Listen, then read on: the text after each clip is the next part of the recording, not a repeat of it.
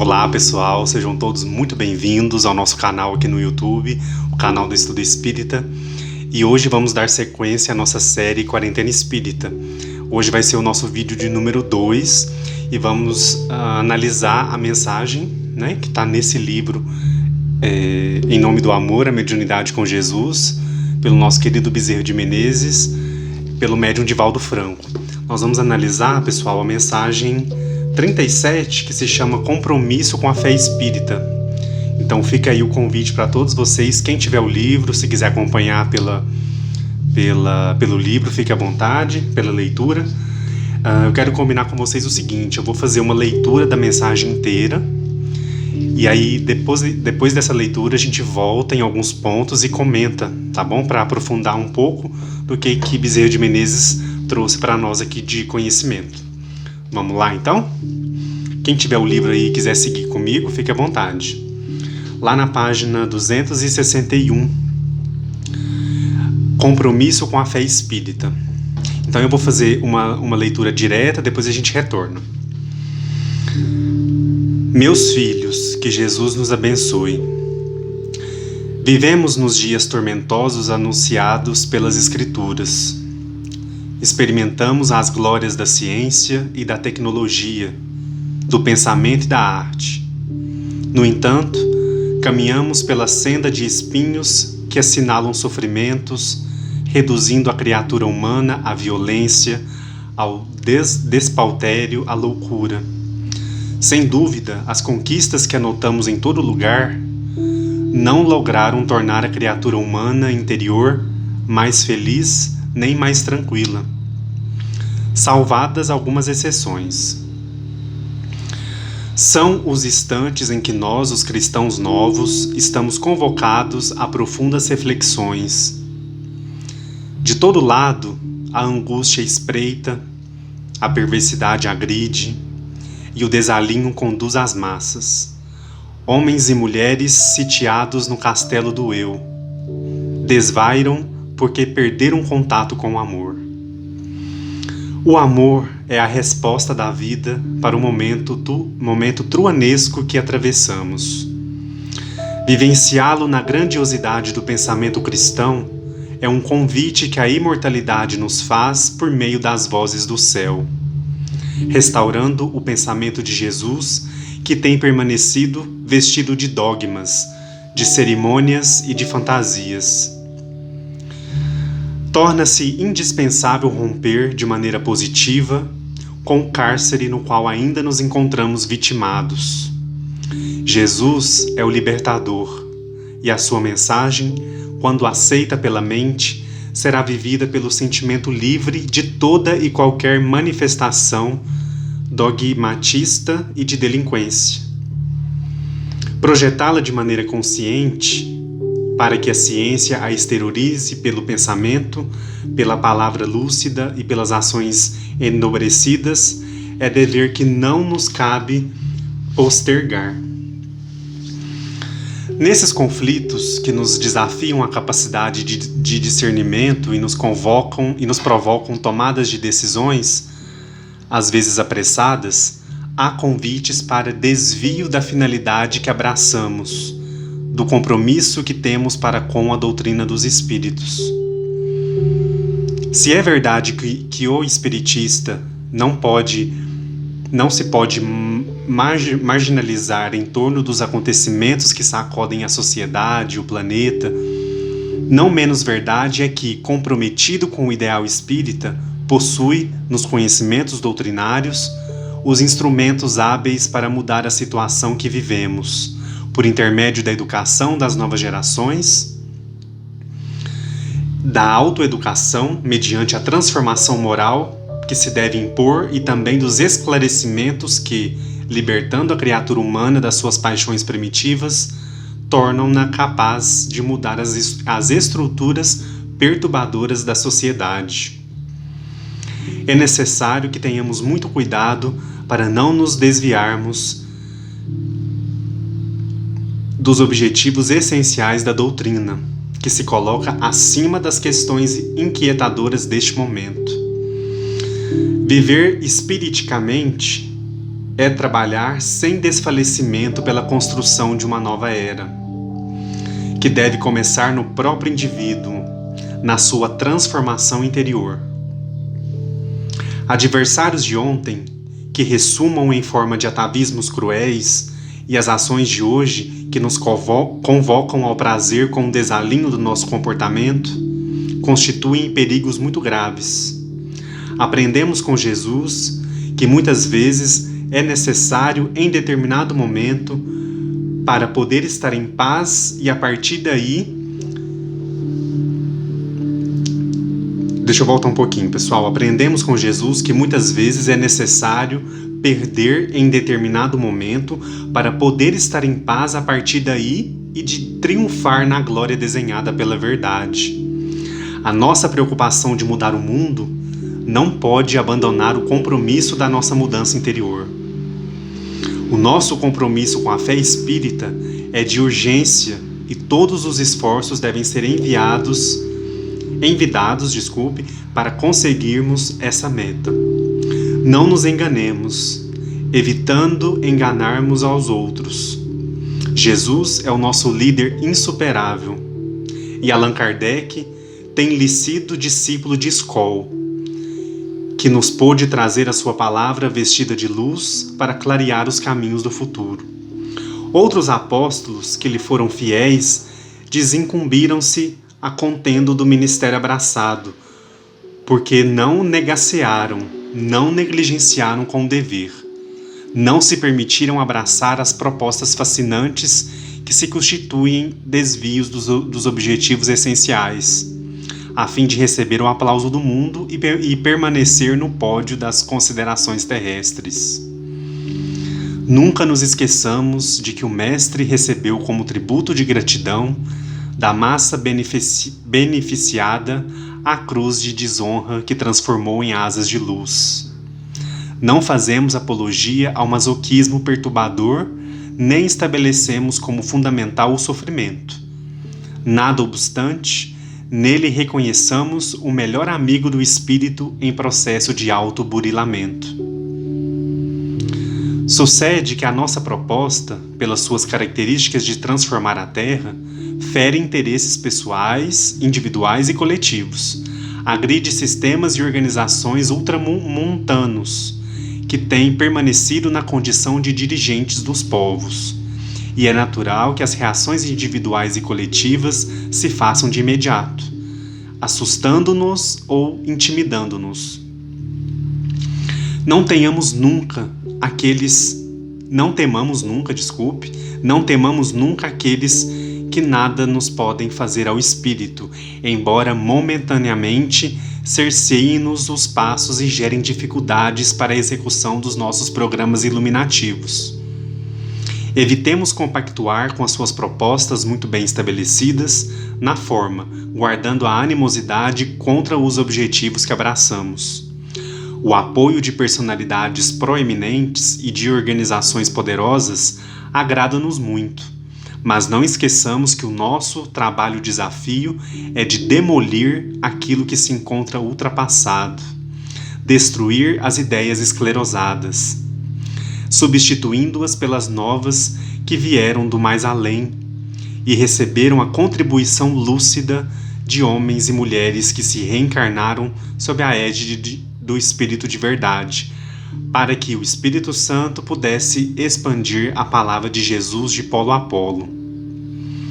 Em nossas reuniões verdadeiramente cristãs, nas quais podemos expender as nossas ideias, apresentar os nossos pensamentos, discordar, mas não derrapar nas discrepâncias que nos afastem uns dos outros, gerando animosidades, mantenhamos o nosso objetivo, que é servir a Jesus sem outro e qualquer interesse.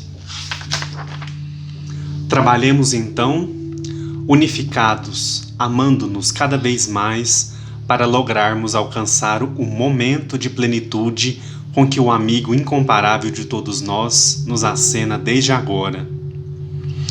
Permanecei fiéis, obreiros da última hora, que está assinalada pelas glórias e conquistas, pelas dores e sacrifícios construindo o reino de Deus na grande transição que aguarda um mundo de regeneração. Muita paz, meus filhos. Que o Senhor nos abençoe. São os votos do companheiro, amigo e paternal de sempre, Bezerra. Essa mensagem, pessoal, ela foi recebida por psicofonia, né, pelo Divaldo, no encerramento da reunião do Conselho Federativo Nacional na sede da Federação Espírita Brasileira, em Brasília, no dia 10 de novembro de 2002. Então esse livro aqui, ele reúne, né, algumas mensagens que foram recebidas por psicofonia pelo Divaldo. Então é um livro muito bacana, muito bonito, né? Traz aí mensagens de vários momentos. E essa de hoje eu acho que caiu bem pra gente, né? Eu acho que ele cita aqui vários momentos, várias situações das quais nós estamos passando agora, nesse momento em específico, né?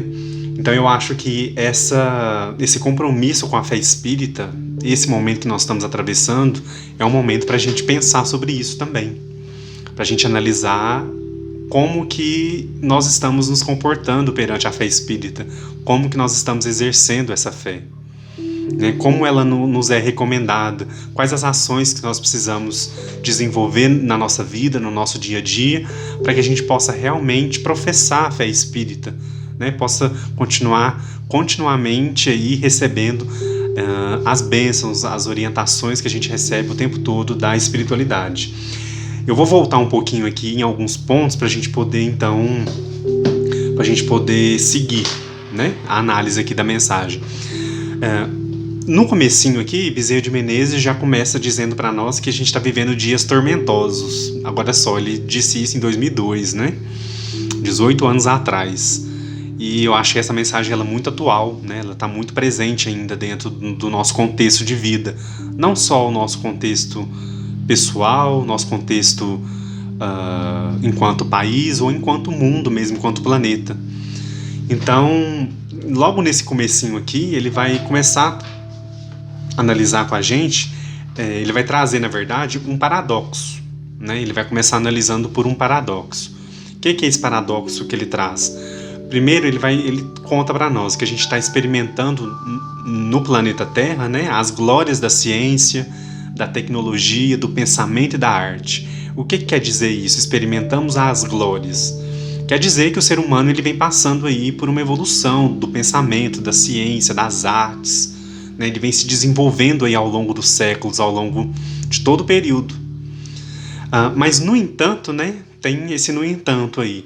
Ao mesmo tempo que a gente está se desenvolvendo nisso, né, a gente está realmente caminhando nessa parte, a gente ainda caminha pela senda de espinhos, né? Ele chama aqui espinhos que assinalam sofrimentos, reduzindo a criatura humana à violência, ao despautério, à loucura. O que são esses espinhos, pessoal, que a gente pode imaginar aqui? Senda de espinhos. Então, ao mesmo tempo que a gente caminha nessa glória, né, da ciência, olha o quanto o homem, né, tem avançado aí na ciência em todos os campos, em todas as áreas, né? Não tem uma área que está menos. O avanço está aí a todo instante, em todos os locais.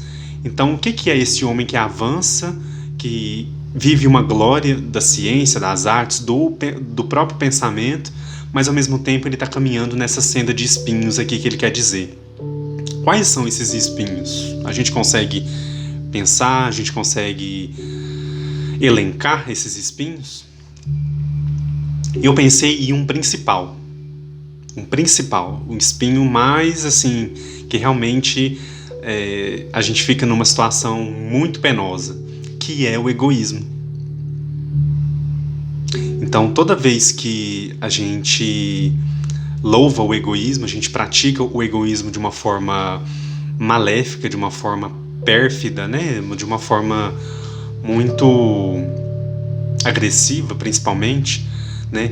O que é isso, na verdade? A gente está, então, desrespeitando as leis de Deus. Então, se a gente desrespeita, a gente coloca o egoísmo em primeiro lugar, né? Eu vou elencar o egoísmo aqui, mas tem todas os outros espinhos aí que fazem parte desse espinho maior, né? Se a gente for pensar. Os espinhos aí adjacentes, né? O que é esse desrespeito? Então, se eu desrespeito as leis de Deus, se eu promovo esse egoísmo, se eu vivo isso muito fortemente na minha vida, através do meu livre-arbítrio, eu vou automaticamente desrespeitar as leis de Deus. E aí, se eu desrespeitar as leis de Deus, pessoal, como é que vai ser o nosso caminho se a gente continuamente, claro que a gente erra, né? Nós ainda somos seres imperfeitos, nós temos ainda muitos erros, muitas dificuldades para serem superadas, né? Mas se a partir do momento que a gente começa a ter o conhecimento, né, da vida espiritual, da imortalidade do espírito, da alma, né? E mesmo assim a gente ainda deixa isso para lá, eu vou ficar aqui na minha mesmo, eu vou cuidar da minha vida, isso não tem tanta importância, e aí o meu comportamento ele atinge o outro, né, de uma forma má, de uma forma negativa, e eu não tô nem aí, eu acho que não tem problema. Como é que é isso, né? Então, na verdade, isso acontece porque a gente está desrespeitando as leis de Deus. E se a gente está desrespeitando continuamente, principalmente quem já tem o conhecimento, vem essa senda de espinhos aí que ele está colocando, né? E aí, com essa senda de espinhos, o que é que vem junto, na verdade? Vem os sofrimentos, e aí resulta em violência, despautéria, loucura e tantas outras consequências que a gente está vendo aí acontecer de formas assim muito aceleradas e muito profundas, né? Não só com a gente, com o nosso meio, mas de uma forma global, né? De uma escala global. Infelizmente, esses espinhos, eles se fixam, né? Eles aparecem, eles se mostram e vai trazendo todas essas consequências por um motivo muito simples. A gente se recusa ainda, olha só, o ser humano evolui, ele se desenvolve na ciência, nas artes, no pensamento, mas ele se recusa ao que é primordial, ao que é mais importante, que é a reforma interior, a reforma íntima, que é um ponto muito importante que a doutrina espírita continuamente nos lembra, nos convida. Jesus, né, na sua grandiosidade enquanto espírito, ele veio para nos convidar a essa reforma. E aí, pessoal, a gente se recusa. A gente, não, por enquanto ainda não. Né? A gente dá vazão para os vícios, para os erros. A gente ainda tem essa tendência. Por quê? Nós ainda somos seres errantes. A gente veio aqui para poder aprender, para poder superar, para poder vencer as tentações, vencer as nossas dificuldades, né? Todos nós temos, tá? Então não existe ninguém que está acima disso. Todos nós que estamos aqui encarnados nesse momento no planeta Terra, a gente veio para fazer essa reforma, né? Em quantos momentos nós já comentamos isso ao longo dos estudos, das lives? Então, é realmente muito importante. E como a gente se recusa, a gente ainda está caindo nesses espinhos, a gente ainda está pisando nesses espinhos. Então, é uma coisa para a gente se pensar. Até quando a gente vai optar conscientemente, utilizando o nosso livre-arbítrio, por caminhar com esses espinhos, né? Por pisar nesses espinhos ainda. Isso é uma opção nossa, né? E aí nós vamos gradativamente acordando, despertando, nos libertando de certos erros, de certos equívocos que nós construímos, certas ilusões.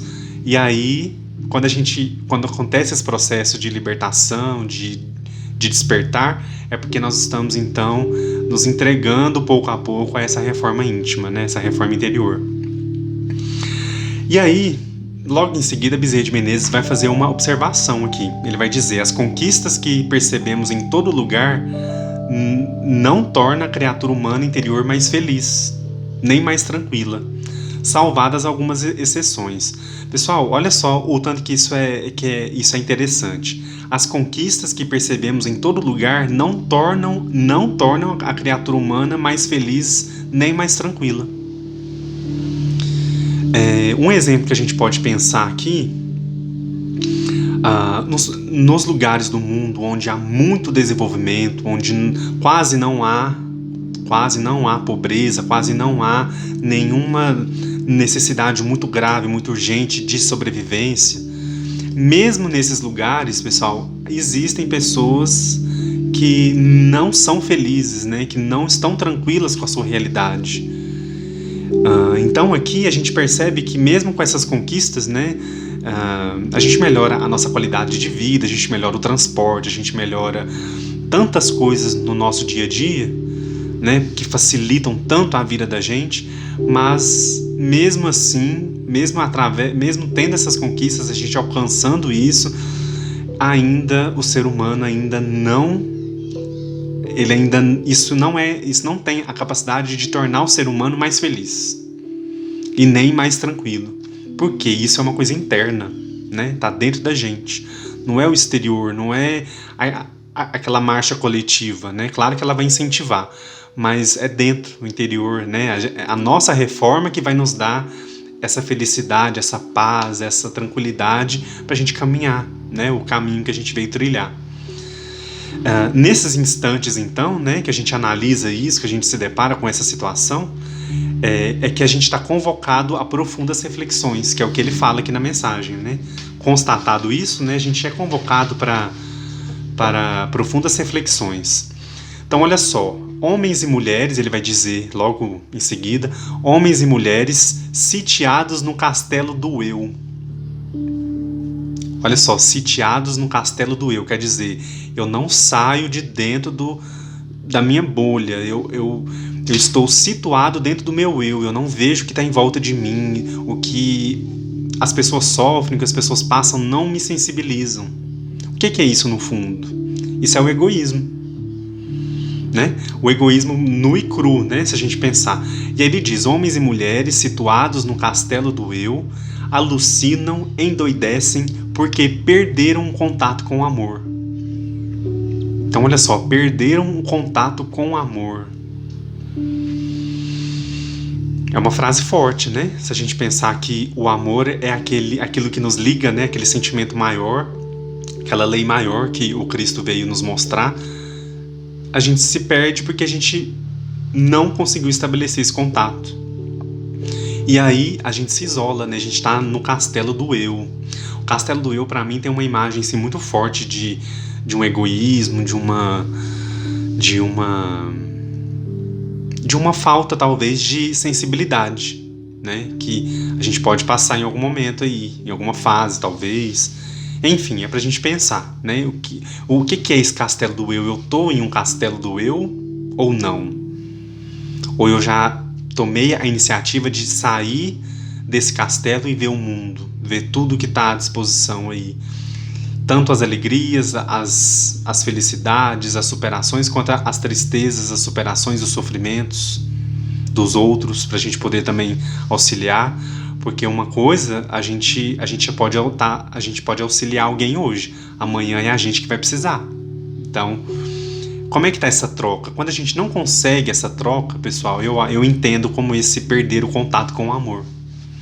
Perderam o contato com o amor. E aí ele vai reafirmar, né? O amor é a resposta da vida para o momento que atravessamos.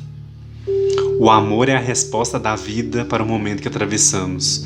Pessoal, como essa frase, como esse ponto aqui faz sentido pra gente hoje, né? Nesse momento que a gente está passando, nesse momento de quarentena, nesse momento de recolhimento, de isolamento social, pra gente poder parar a vida da gente, né? Um pouco sair daquele piloto automático e observar, né? Dar mais atenção para quem convive com a gente na mesma casa, olhar para aquele familiar idoso, dar mais atenção para a criança, conversar, trocar experiências, vivências de vida com os adultos, os outros adultos, né? Então, esse amor é a resposta da vida, eu acho que responde mesmo muita coisa que a gente precisa agora. O que a gente precisa agora? Nesse momento que a gente está passando? Do amor. De amar quem está mais próximo da gente, que é o nosso familiar, são os nossos pais, nossos irmãos. Quem convive com a gente é a família, né? Independente da forma como ela está constituída, é uma família. Então, vamos olhar esse momento de quarentena que a gente está passando por esse ponto agora. Será que não é um desafio enorme pra gente conviver ali com as pessoas da nossa casa 24 horas, sem poder sair, sem poder se distrair com outra coisa fora? Como é que tá isso? Eu consigo conviver com as pessoas da minha casa por 24 horas? Ou não? O amor é a resposta da vida para o momento que atravessamos.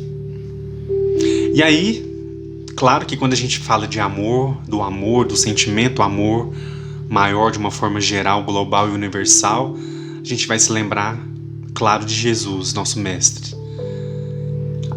Ele que veio, né, encarnou entre nós para nos mostrar que é possível amar, que o amor é o sentimento maior, né, é o que vai nos aproximar de nós mesmos, do nosso próximo e também de Deus, vai nos colocar mais próximos de Deus. Então Jesus é realmente a marca que a gente vai se lembrar aqui quando a gente lê essa frase: o amor é a resposta da vida. Então se a gente não amar, se a gente se recusar a amar, a gente tá lá dentro do castelo do eu. A gente não desceu, a gente não saiu para ver o mundo que tem do lado de fora. A gente tá lá encastelado, lá dentro daquelas muralhas, não sabe o que tem do lado de fora. Tem coisa boa, tem coisa ruim, mas tem um mundo pra gente viver, pra gente explorar. Então o amor aqui como resposta vai nos remeter sempre a Jesus, a esse exemplo maior que nós temos, ao Evangelho, né? O Evangelho é o amor puro, é o amor ali pra gente poder começar a entender, começar a aprofundar, pra gente viver isso de fato, não só ler e estudar, mas a gente poder aplicar isso na vida da gente na medida com que a gente tenha capacidade, que a gente se esforce também para isso, né? Agora, pessoal, quem tiver o livro aí, eu vou voltar lá para a gente ir lendo algumas partes.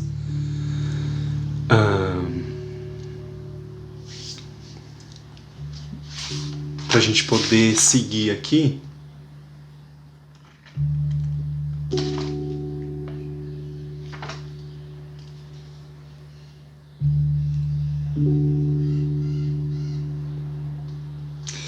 Bezerra de Menezes vai dizer que na página 262, para quem tiver com o livro aí seguindo comigo, ele vai dizer o seguinte: nesses conflitos que nos desafiam a capacidade de discernimento e nos provocam tomada de decisões, às vezes apressadas, há convites para desvio da finalidade que abraçamos, do compromisso que temos para com a doutrina dos espíritos.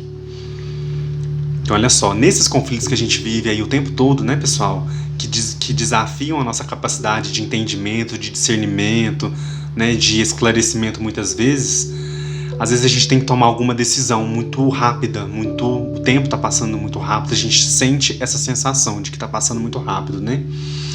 Às vezes, né, a gente toma essas decisões, essas tomadas de decisões apressadas, e há convites para o desvio da finalidade que abraçamos, do compromisso que temos para com a doutrina dos espíritos. O que é isso? Para a gente se lembrar do compromisso que a gente tem com a doutrina, com o compromisso que a gente abraçou, né?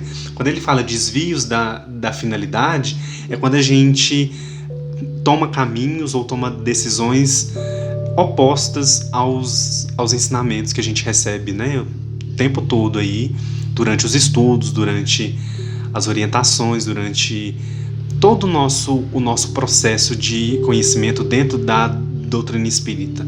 Então, se a gente... há convites, ele diz aqui, há convites para desvio da finalidade que abraçamos. Quer dizer, há convites o tempo todo, né? Às vezes a gente pode até sentir assim, não vai na casa espírita hoje não.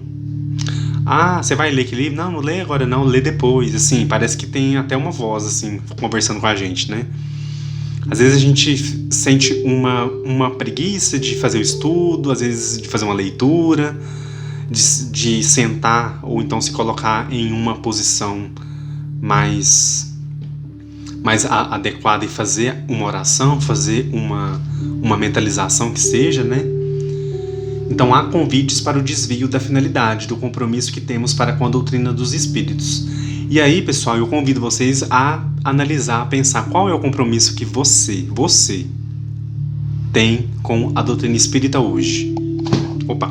Qual é o compromisso que vocês têm com a doutrina espírita hoje? É um compromisso de ir apenas ao centro tomar um passe, é um compromisso de estar aqui participando das nossas lives de estudo nas terças-feiras, é aqui assistindo os vídeos do nosso canal, é fazer algum trabalho voluntário em algum lugar, é estudar o Evangelho, fazer o culto no lar. Como é que é? Quais são os seus compromissos com a doutrina hoje?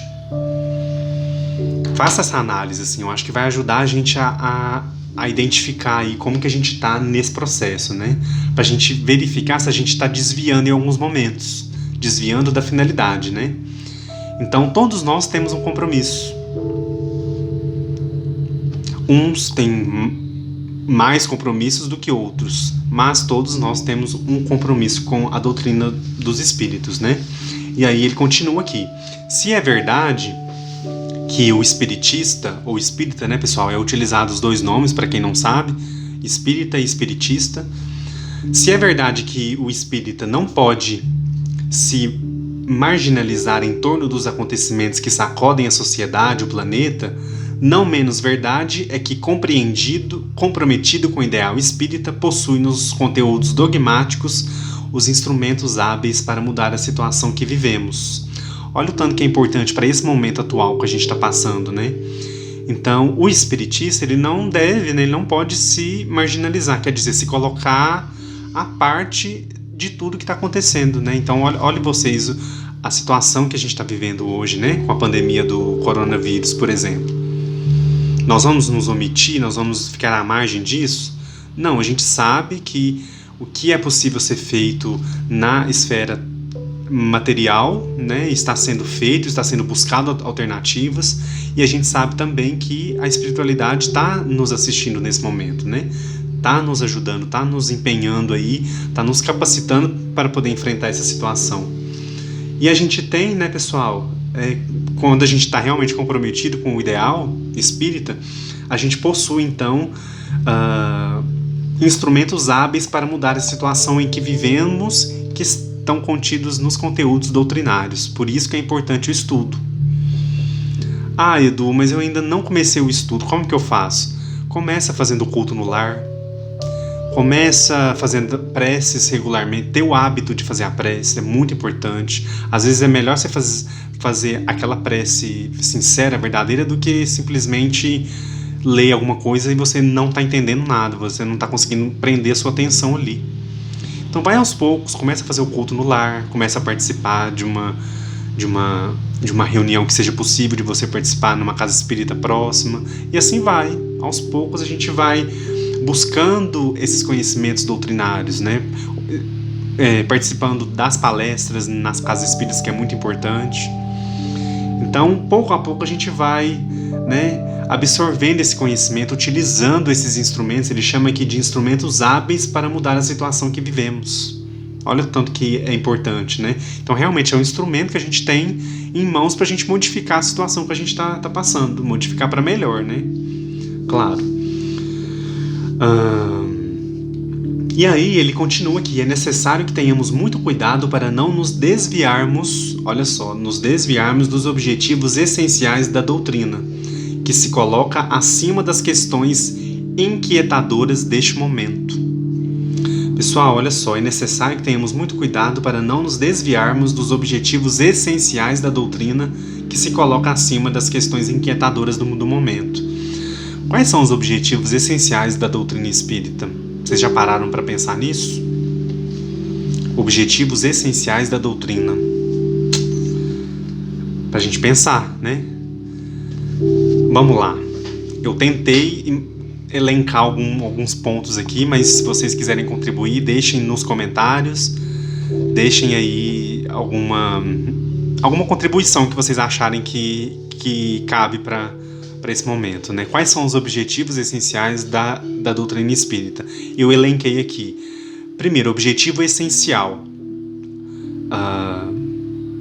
instrução. Quer dizer, a doutrina espírita, ela nos instrui, ela nos traz, como mesmo ele falou aqui um pouquinho antes, né?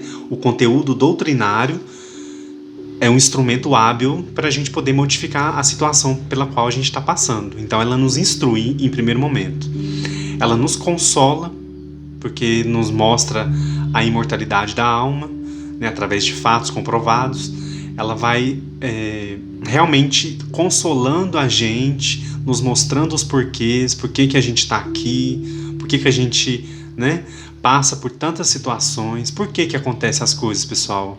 É um acaso? Existe um acaso? Não, então existem leis, existem processos que estão em permanente decorrência para que a gente possa entender minimamente, né, que nós temos um papel a desempenhar, nós temos um compromisso de melhora, de evolução, principalmente. Outro ponto que eu elenquei, né, objetivos essenciais da doutrina: nos ensinar a caridade, nos mostrar a caridade, nos convidar, nos incentivar para a prática da caridade. E aí a caridade aqui eu vou usar como única virtude, mas aí a partir dela vem todas as outras, né? Vem o amor, vem a esperança, vem a fé, vem a benevolência e vem todas as outras. Só para a gente poder elencar a caridade. Então, a prática da caridade. A caridade é importante, ela é necessária, ela nos abre portas, ela nos dá subsídios aí para a gente poder ir superando todas as dificuldades da nossa vida. Quando a gente presta o auxílio ao outro, a gente é assistido também.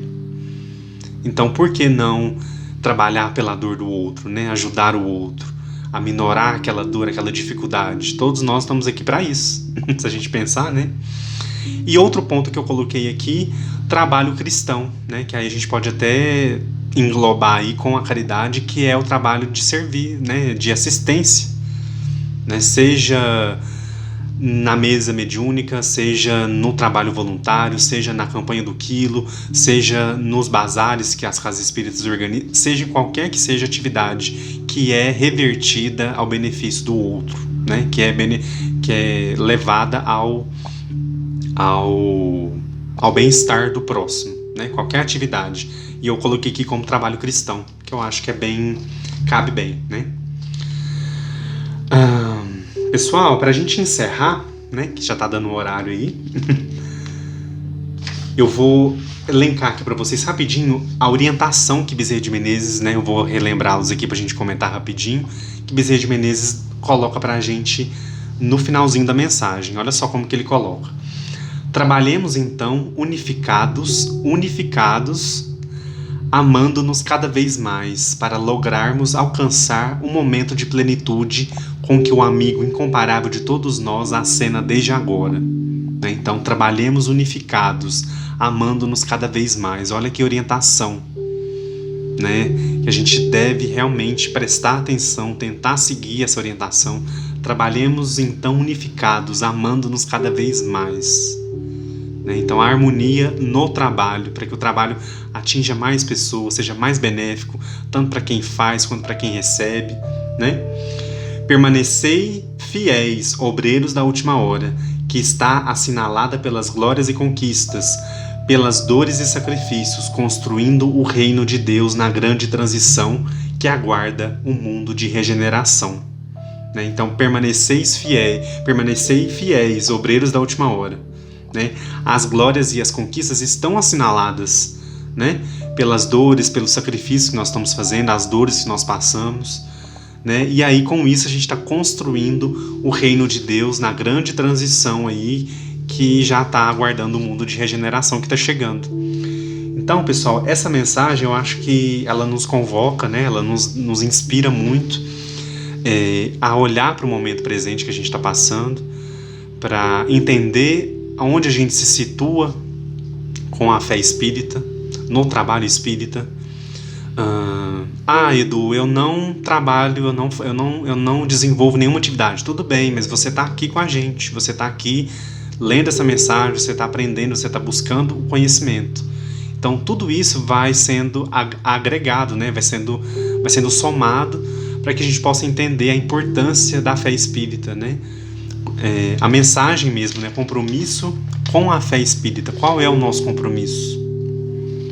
Eu estou desempenhando esse compromisso com seriedade? Eu estou ajudando aquele irmão que está do meu lado e que às vezes não está conseguindo levar com muita seriedade? Como que é isso? Ou eu estou julgando ele? Ah, fulano é assim, fulano faz aquilo, né? A gente tem essa mania ainda, infelizmente. Então vamos aproveitar esse momento para a gente poder refletir sobre esse compromisso que a gente tem com a doutrina, com os nossos mentores, com os nossos amigos espirituais, com as nossas casas espíritas, e aproveitar esse momento de recolhimento para a gente lembrar da imagem de Jesus. Esse pastor, né, que está junto com a gente, que nos estende a mão continuamente, que nos convida a todo momento a estar com Ele, a segui-lo, através dos estudos, através da prática mediúnica, através do auxílio ao próximo, seja qual for a via pela qual nós somos chamados. Mas o importante é a gente se lembrar que nós somos chamados o tempo todo. E aí, a gente está conseguindo levar adiante esse compromisso com a fé? Ou não? E aí eu vou deixar essa pergunta, essa interrogação aí para todos vocês na noite de hoje. Pessoal, eu quero agradecer muito a presença de todos vocês, né, aqui no nosso canal, no nosso vídeo. Vou lembrá-los que ainda falta 2 vídeos da série Quarentena Espírita. O próximo vídeo vai ser disponibilizado no dia 2 de abril, às 7h30 da noite, onde nós vamos analisar uma mensagem da irmã Sheila, que está no livro Terapêutica de Emergência, né, pelo médium Divaldo Franco. E no dia 4 nós vamos analisar uma mensagem que está no livro Irradiações da Vida Espiritual. É uma mensagem psicografada pela Madame W. Creel, que é lá do início é concomitante com a codificação espírita. Então é uma mensagem muito bacana, de uma médium muito importante para a história do espiritismo. Então é um livro aí para quem gosta dessa parte histórica, dessa parte de ver como que eram as mensagens lá no começo da codificação. É um livro interessante para se ter, para se estudar. Nós vamos escolher uma mensagem desse livro e vamos trabalhar aqui nessa série Quarentena Espírita. Então eu vou deixando o meu muito obrigado, meu abraço especial, e que a gente possa continuar nessa vibração, nessa positividade, utilizar os momentos livres que nós estamos tendo para fazer leitura, para estudar, para ler aquele livro que a gente estava deixando para depois. Vamos aproveitar todos os momentos, porque eles são importantes, né? Então, se a gente está em casa, tem a oportunidade de realmente parar um pouco nesse momento, que a gente possa aproveitar da melhor maneira possível. Tá bom, pessoal? Um abraço especial para todos vocês. Convido vocês a visitar os outros vídeos aqui do nosso canal. Fiquem à vontade, deixem comentários, se inscrevam, também divulguem para outras pessoas, ative as notificações também. E assim a gente vai caminhando juntos, sabendo que Jesus está no leme do nosso barco, né, acompanhando tudo que está acontecendo, e nós vamos superar esse momento com muita luz, com muita paz. Um abraço especial para todos vocês, até logo.